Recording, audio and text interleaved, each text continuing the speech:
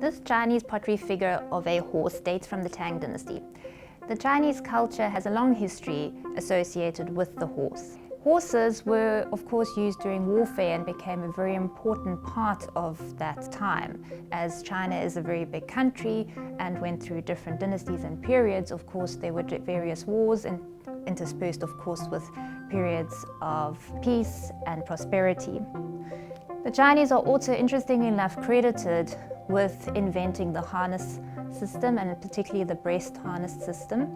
On this horse we have traces that are visible of a harness. There are traces in black which run across the breast. They come over the nostrils as well as behind the buttocks.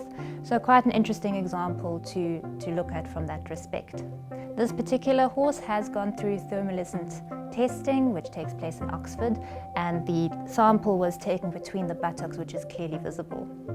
The horse also has traces and remnants of other paint and pigment which is visible in the saddle area, and then runs over partially into the mouth area as well as traces on the hooves.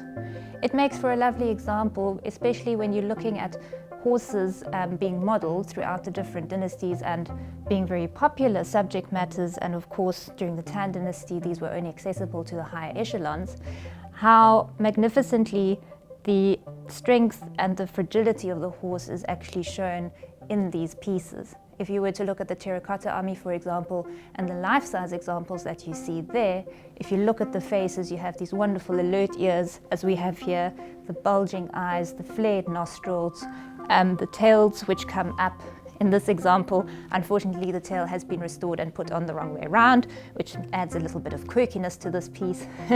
But the saddle, and then of course, the muscular system of the horse is really well represented.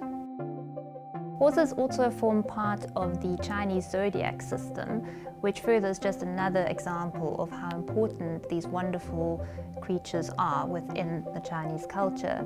Furthermore, Chinese culture also refers to the heavenly horses. These were celestial horses that were the embodiment of power and endurance and elegance and speed. So when you look at one of these examples, there is so much more behind just the figure of a horse. There is an entire culture, an entire history at hand.